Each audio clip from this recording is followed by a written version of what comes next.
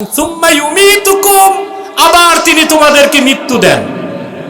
মৃত্যুটা অস্বীকার করার মতো কোনো মানুষ আছে? চোখের সামনে আমরা মৃত্যু দেখি। আগমনের ক্ষেত্রে সিরিয়াল আছে, আগে দাদা, পরে বাবা, তারপরে ছেলে। যাবার বেলায় কোনো সিরিয়াল নাই। আছে?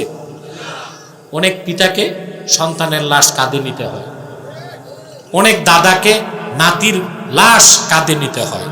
হয় কিনা বলেন? মৃত্যুটা কখন কেউ জানে না, এটা হচ্ছে চিরন্তন সত্য। মৃত্যুকে অস্বীকার করার মতো কোনো কাফের মুশরিক নাস্তিকও পৃথিবীতে নাই। এই মৃত্যুটা দেন কে? এটা কুদরত কিনা? মানুষ কি চাইলে বেঁচে থাকতে পারে? যদি ভালো খাইলে, ভালো ওষুধ আর ভালো ট্রিটমেন্ট নিলে হায়াত বাড়তো, তো ইউরোপ আমেরিকার প্রেসিডেন্ট যারা, ওদের এক একজনের বয়স হতো 500 বছর। মরে যায় না? সুবহানাল্লাহ। কেন মরে যায়? মানুষের দেহে দুইটা জিনিস অ্যাক্টিভ ফাংশন করে। কয়টা? একটা হচ্ছে উপচিতি, আর একটা হচ্ছে অপচিতি। আপনি লক্ষ্য করে দেখেন না মুসলমান, একই ক্ষেতের ধান একই চুলায় রান্না হয়, একই হাড়িতে রান্না হয়, একসাথে বসে খায়। দাদা যত খায় বয়স বেড়ে বুড়া হয়, বাবা খায় জোয়ান হয়, শিশু বাচ্চা খায় ধীরে ধীরে বড় হয়। তাই না? একই ক্ষেতের চাল, একই ক্ষেতের ডাল, একই চুলায় রান্না, একই দস্তরখানে খাচ্ছে, অবস্থা তিনজনের তিন রকম। ছেলে যত খায় শক্তপোক্ত হয়, বাবা মোটামুটি, দাদা যত খায় দাঁত পড়তে থাকে, চামড়া কুচকে যায়, মেরুদণ্ড বাঁকা হয়, চোখের দৃষ্টি কমে যায়। তাহলে বোঝা যাচ্ছে মৃত্যু কে দেন? বিজ্ঞানের ভাষায় এটাকে বলা হয় উপচিতি আর অপচিতি। যখন মানুষ খায় আর কোষ বৃদ্ধি ঘটে, ওইটাকে বলা হয় উপচিতি। আর যখন মানুষ খায় কোষ আর বৃদ্ধি লাভ করে না, ক্ষয় হয়, ওইটাকে বলা হয় অপচিতি। জন্মের পর থেকে 28 বছর বয়স পর্যন্ত দেহের মধ্যে উপচিতি ফাংশন করে। মানুষ যাই খাবে তার কোষ বৃদ্ধি লাভ করবে। 28 বছরের পর থেকে আর বৃদ্ধি ঘটে না। 50 বছর পর্যন্ত ক্ষয় লয় কিছুই হয় না। মানুষ যখন বার্ধক্যে চলে যায়, যত ভালো খাক, ভালো ওষুধ খাক, ভালো থাকুক, তার দেহে আল্লাহ ফাংশন চালু করে দেন অপচিতি। তখন তার কোষ ক্ষয় হয়, চামড়া কুচকে যায়, দাঁত পড়ে যায়, চোখের দৃষ্টি কমে যায়, মস্তিষ্কের কার্যকারিতাও কমে যায়। বলেন সুবহানাল্লাহ। এই মৃত্যু কে দেন?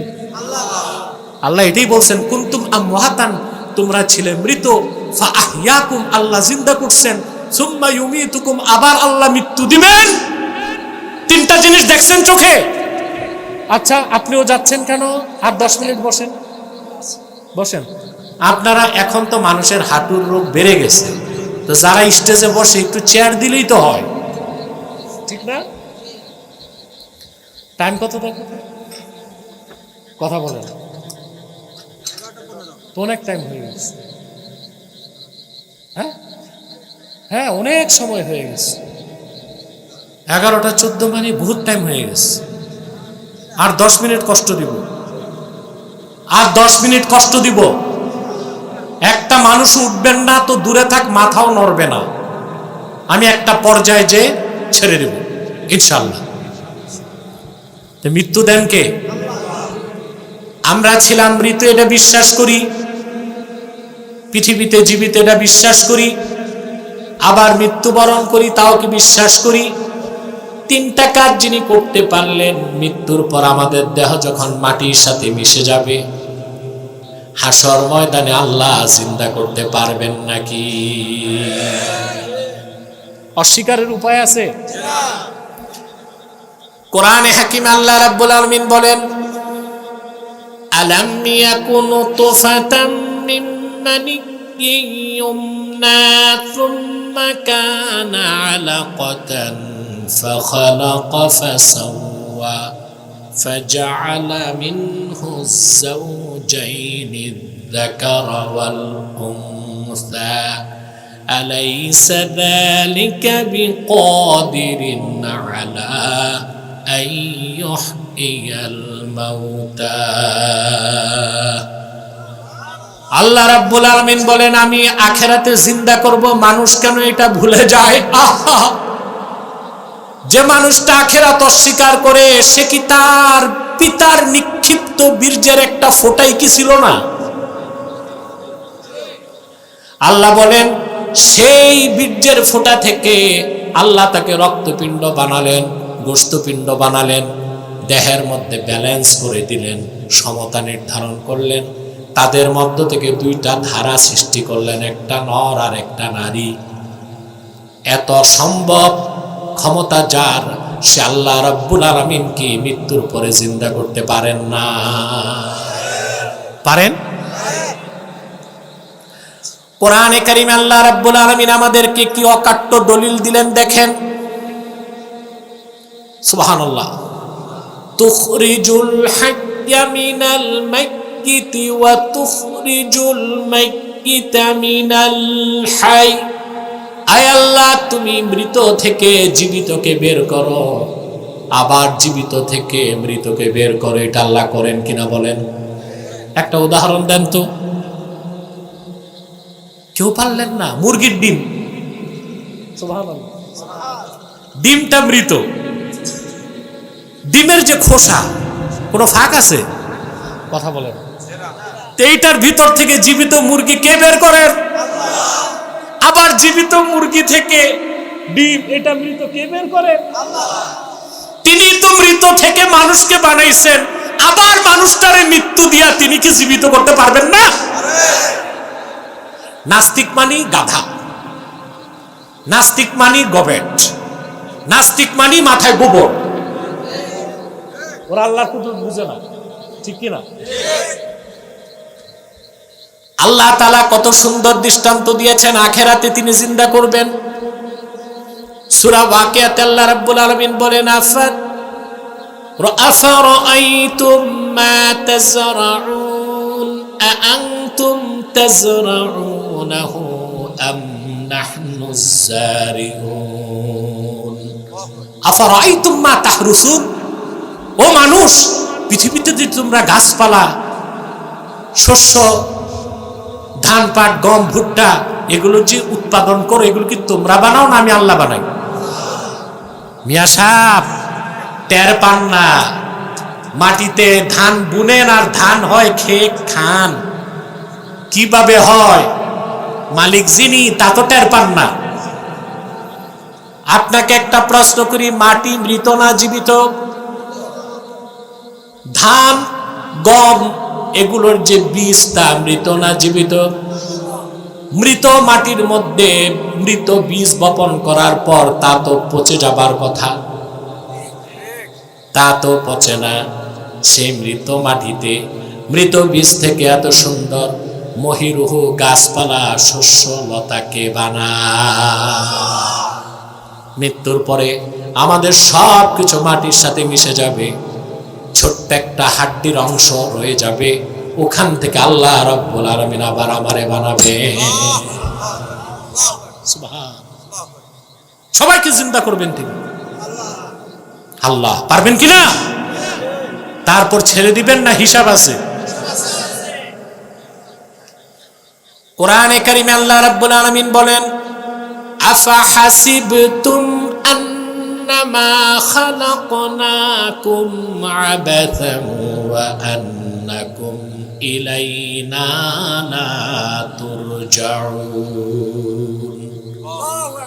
তোমরা কি ধারণা করেছো আমি তোমাদের এমনে এমনে সৃষ্টি করছি আর তোমাদেরকে আমার কাছে ফিরে আনবো না? না উদ্দেশ্য আছে? আমাদের সৃষ্টি করছেন তার ইবাদতের জন্য, আর তিনি আমাদের ছেড়ে দিবেন না, নিজের কাছে উপস্থিত করবেন।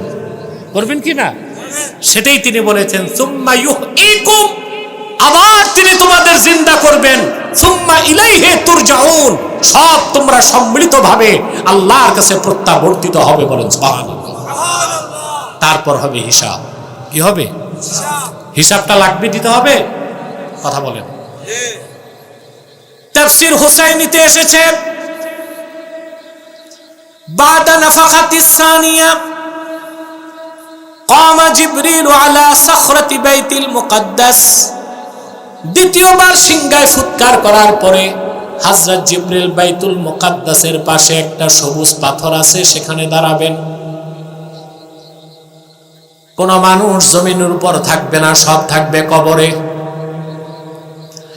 জিবরিল ডাক দিয়ে বলবেন, ইয়া আইয়াতুহাল লুহুমুল মুতামাজ্জাকা ওয়াল ইজামুল মুতাফাররাকা, ও পৃথিবীর মানুষগুলো যাদের গোশতগুলো মাটির সাথে মিশে গেছে, হাড্ডিগুলো চূর্ণ হয়ে গেছে, হালুম্মু ইলা আরদির রহমান, উঠো কবর থেকে, তোমাদের মালিক রহমান ডেকেছেন, রহমানের কাছে হাজির হয়ে যাও। হযরত জিবরিলের এই একটি মাত্র ঘোষণার সঙ্গে সঙ্গে সমস্ত মৃত মানুষগুলো কবর থেকে উঠে যাবে। উলঙ্গ অবস্থায় নতমস্তকে সবাই আল্লাহ রাব্বুল আলামিনের কাছে হাজির হয়ে যাবে। ওই দিনটা বিশ্বাস করেন?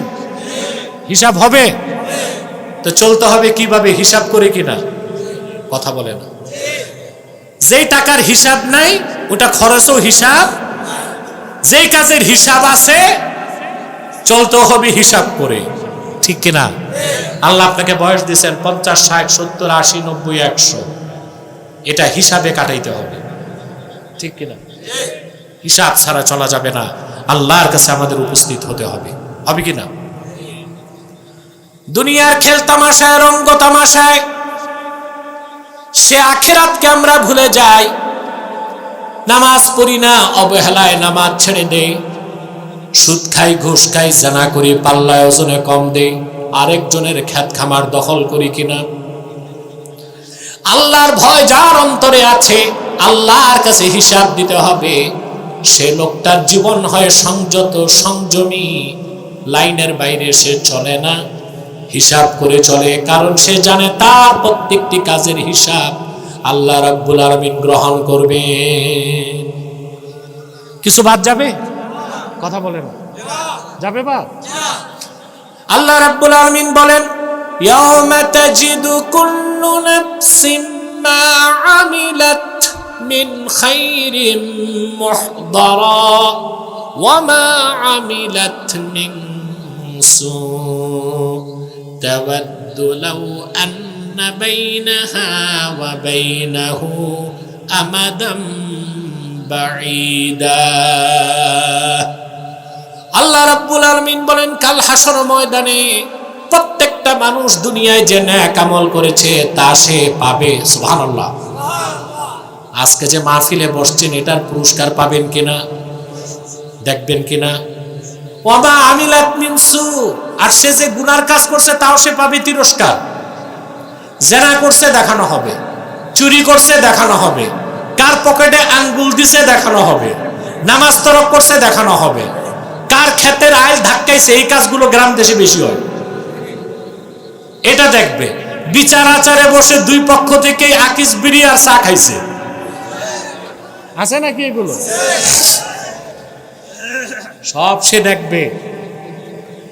পাপ কাজগুলো যখন দেখবে মানুষটা আফসোস করে বলবে, হায় আফসোস, আমার গুনাহগুলো আর আমার মাঝখানে যদি একটা দূরত্ব হয়ে যেত।